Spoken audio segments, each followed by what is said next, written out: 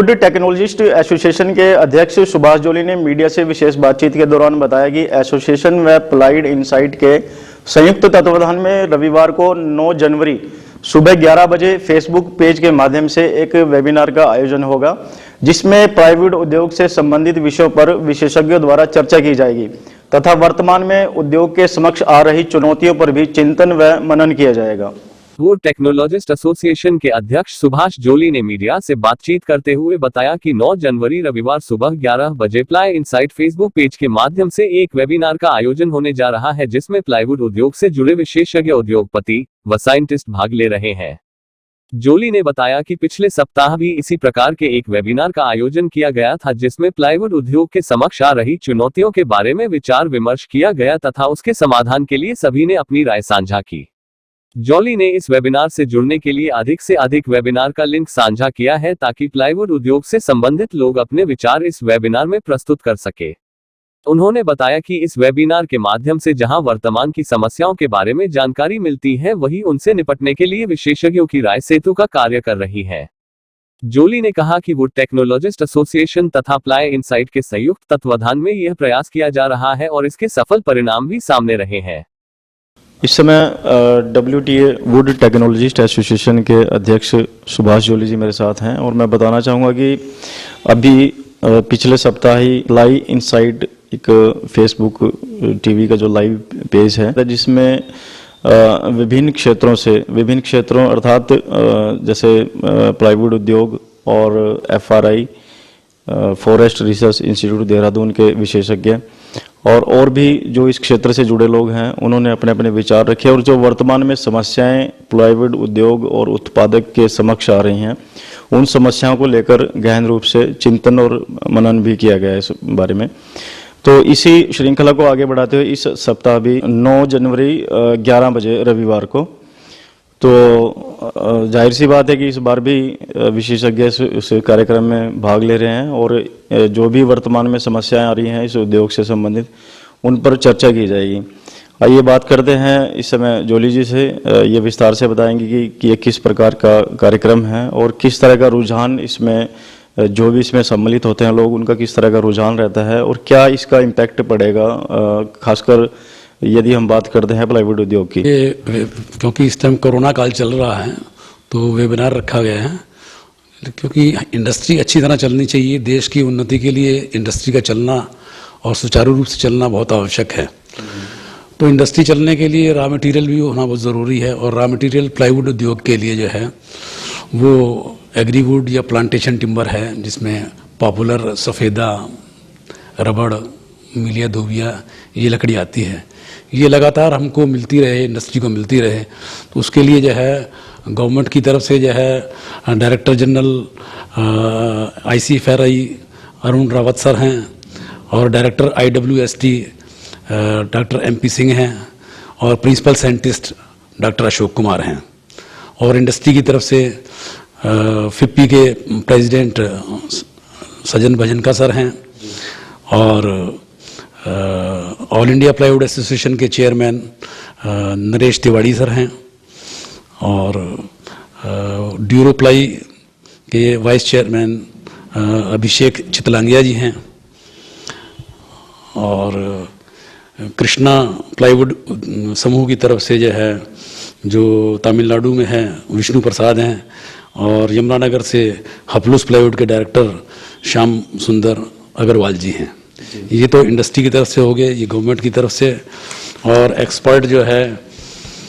वो पेपर मिल के जो एक्सपर्ट हैं, जो पहले वाइस प्रेसिडेंट रह चुके हैं ITC के doctor Kulkarni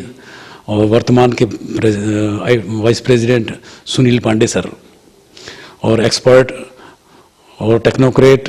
progressive farmers Amrik Singh Anand, जो 90 सवाल के जवान भी हैं। ग्रीन प्लाई के जो है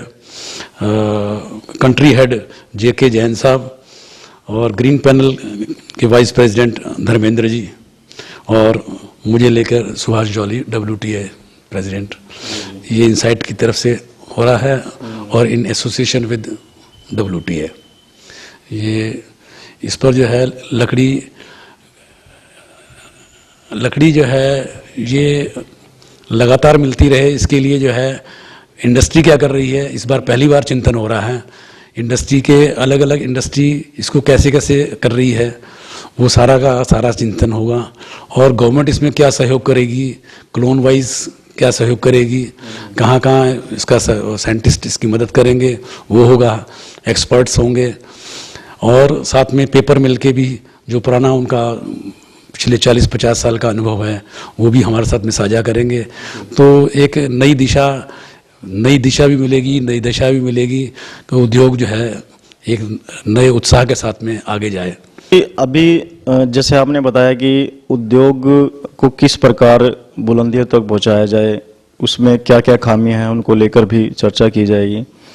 जैसे मुझे जानकारी है कि पिछले सप्ताह जो ये वेबिनार आयोजित किया गया था, इसमें जो एक ज्वलंत मुद्दा इस समय उत्तर प्रदेश के अंदर जो प्लाईवुड उद्योग के जो लाइसेंस हैं वो बंद किए गए हैं, तो उसको लेकर भी एक ये ज्वलंत मुद्दा लेकर चर्चा की गई थी। तो आप क्या मानते हैं कि एक और तो हम देखते हैं कि जो एक प्लाईवुड का जो लकड़ी की जो इसमें इस्तेमाल होती है लकड़ी, उसका एक हब माना जाता है उत्तर प्रदेश, और वहीं पर ही सरकार ने ये लाइसेंस बंद कर दिए हैं, तो इसको लेकर आपकी क्या प्रतिक्रिया है?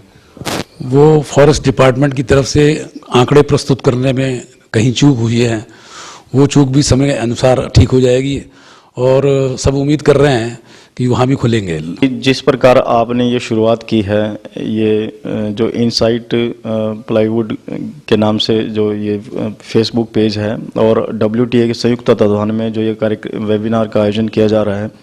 तो आप क्या मानते हैं कि भविष्य में इसका क्या लाभ आप देख रहे हैं कि किस प्रकार का लाभ इसको प्लाईवुड उद्योग को या उत्पादकों को या किसानों को किस प्रकार का इसका लाभ मिल सकता है? आपको याद ही होगा कि पिछले 3-4 महीने पहले WTA के सहयोग से और फॉरेस्ट रिसर्च इंस्टीट्यूट के साइंटिस्ट मिलकर यमुनानगर में जो है पौध को बांटा गया और सब्सिडी से बांटा गया। तो हमारी तरफ से भी ये और इंडस्ट्री की तरफ से भी जो है और साइंटिस्ट की तरफ से भी पूरा योगदान है कि ये आगे काम बढ़े। बड़े बड़े ग्रुप जो है वो अपने हिसाब से कर रहे हैं, तो उसका भी डिटेल जो है कल वो 9 तारीख को देंगे, तो वो भी एक अपने आप में मील का पत्थर साबित होना चाहिए। तो दर्शकों, ये थे सुभाष जोली जी, वुड टेक्नोलॉजिस्ट एसोसिएशन के अध्यक्ष हैं ये, और इनके द्वारा हम देखते हैं कि निरंतर इनकी एसोसिएशन के द्वारा इनके माध्यम से प्रयास किए जा रहे हैं कि जो प्लाईवुड उद्योग है वो बुलंदियों तक पहुंचे। जिस प्रकार एसोसिएशन के पूरे प्रयास हैं और जो विशेषज्ञ इसमें अपना पूर्ण योगदान दे रहे हैं, तो इसी प्रकार से अन्य जो भी लोग प्लाईवुड उद्योग से प्रत्यक्ष या अप्रत्यक्ष रूप से जुड़े हैं वो भी इसमें सहयोग करें। और जो भी वेबिनार का इनका जो कार्यक्रम है 9 जनवरी सुबह 11 बजे, उसमें ज़्यादा से ज़्यादा जुड़कर जो भी वर्तमान में समस्याएं आ रही हैं और जो भी आगे के आयाम स्थापित करने का इनका प्रयास है उसमें सहयोग करें।